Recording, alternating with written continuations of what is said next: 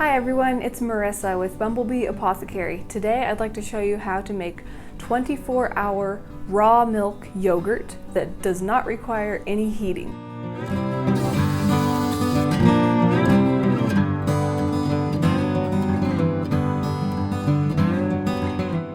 So this is a great thing to know how to make just in general. It's especially good to know when you're on the GAPS diet and really focusing on rebuilding that friendly bacteria in your gut. For the GAPS diet, it's very important that the yogurt that you're eating is 24-hour cultured.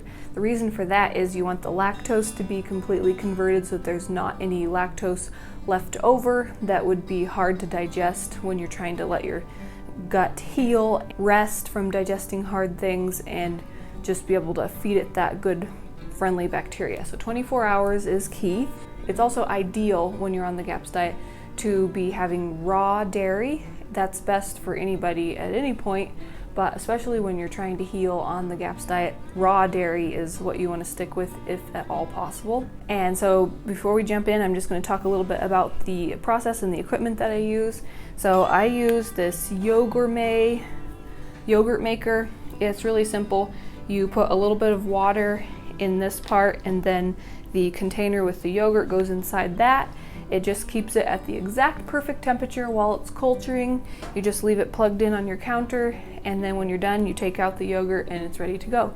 So really simple and easy, especially since in this process you don't require any heating or extra steps or anything like that. There are different types of containers that you can get to go on the inside part. I like this glass one because I like to avoid plastic around my food whenever possible. So I like that there's the option with this one to do glass. Now, here is the process that I use to make yogurt. It's kind of one that I stumbled upon over years of making yogurt, and it has worked really, really well. It's so easy and it yields great results every time. So this is my little secret. So this inside portion where you have the yogurt, I don't ever wash this out. I don't clean it at all. And I'm just very, very particular about cleanliness. Like, I will not let anything, hands or unclean utensils or anything into this container ever. So I'm super particular about keeping that very, very clean. And way back when I started this batch years ago, I used a container of grass-fed plain yogurt, like one of the little small containers that you can get from the store. It was Kelowna Supernatural is the brand, and I don't know how widely available they are, but I'll try to find something either the same or similar and link it below. But that's what I used for my starter culture. You can also get powdered starter cultures. I don't personally have experience with those, but I think that that would work well. But I'll link some of those below too if you want to look into that, because I know some good brands of those from a company that I've used for other starter cultures too. Anyway, so back when I began this, I used that little 8-ounce cup of the plain yogurt. If you're going to go that route, you want to make sure that the yogurt that you're using doesn't have any thickeners or additives of any kind. You just want to see whole milk and then the live bacteria used to culture it, and that's it, nothing else. Health food stores are usually the best places to find those. So I put that container in there. I filled it to the top with my raw milk, let it culture for 24 hours, and then it was good to go from that point on. So what I do is I always make sure that there's more than this in here now. There's like a third or a quarter of the jar full of yogurt, which we're going to use for our culture to make a new batch this time. But whenever I want to make a new batch of yogurt, I make sure that there's at least about a quarter to a half a cup of yogurt already in here. And then I'll show you what I do. I have a partial jar of my raw milk here that I'm going to use up before I use this full jar, but you can see how the cream rises to the top here, so I always shake that. This one's starting to leak a little bit. Shake it up so the cream is mixed in. Pour that in. And then I'm going to top it off with some more from this jar. So shake this up.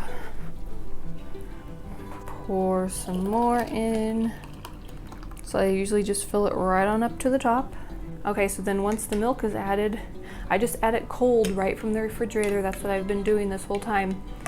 And I just mix and make sure that that is well incorporated with the already cultured yogurt so that it can culture the rest of that milk and turn it into yogurt.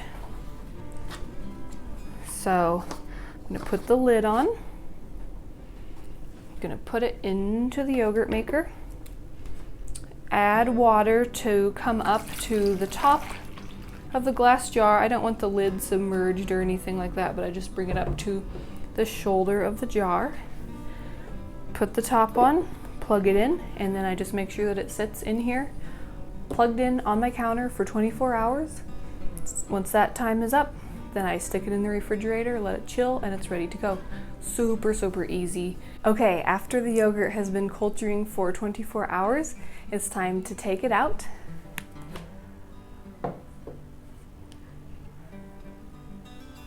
And what I like to do is, at this point, put it right into the refrigerator. If you were to use it completely straight when it's just right out of the yogurt maker, it's still kind of warm and the consistency will be softer, and I just like it better after it's chilled. After it's been in the refrigerator for a while, I will show you what the consistency is like.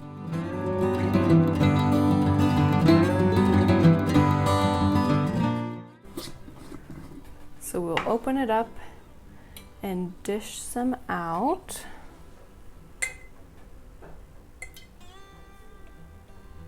And you can see what it's like. There's a lot of solid, see, nice and firm, solid yogurt, and then there's also the whey separating, which is completely natural and good.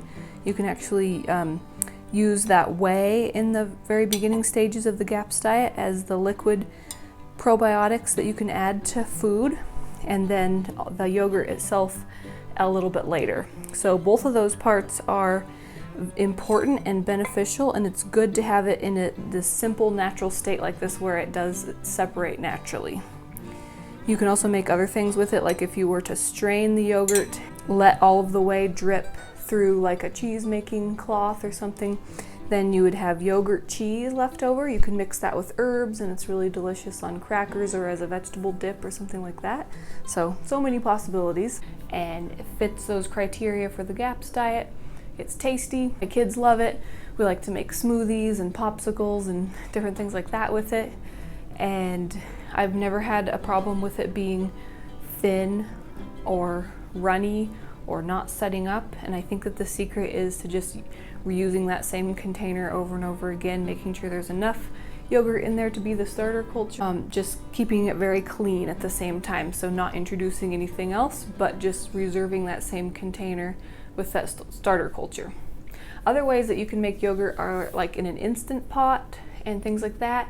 I personally haven't done that just because this works so well and it's so easy. But with an instant pot, you're also using it for other things, so you'd have to clean it in between, and I don't know if that would work the same way or not.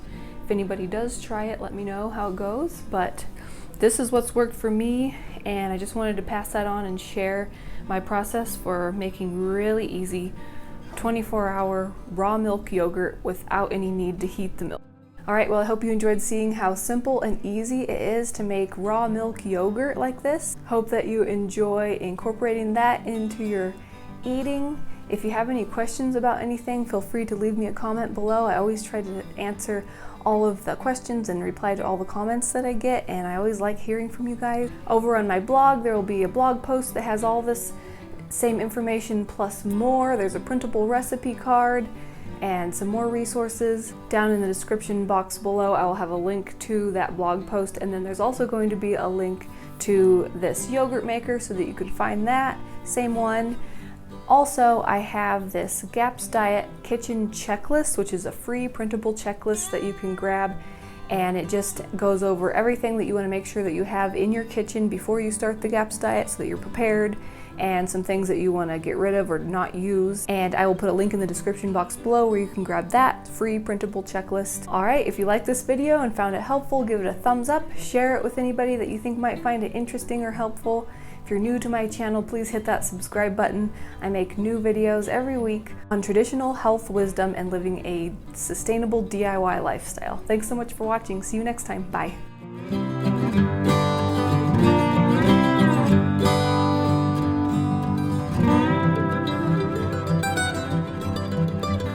you.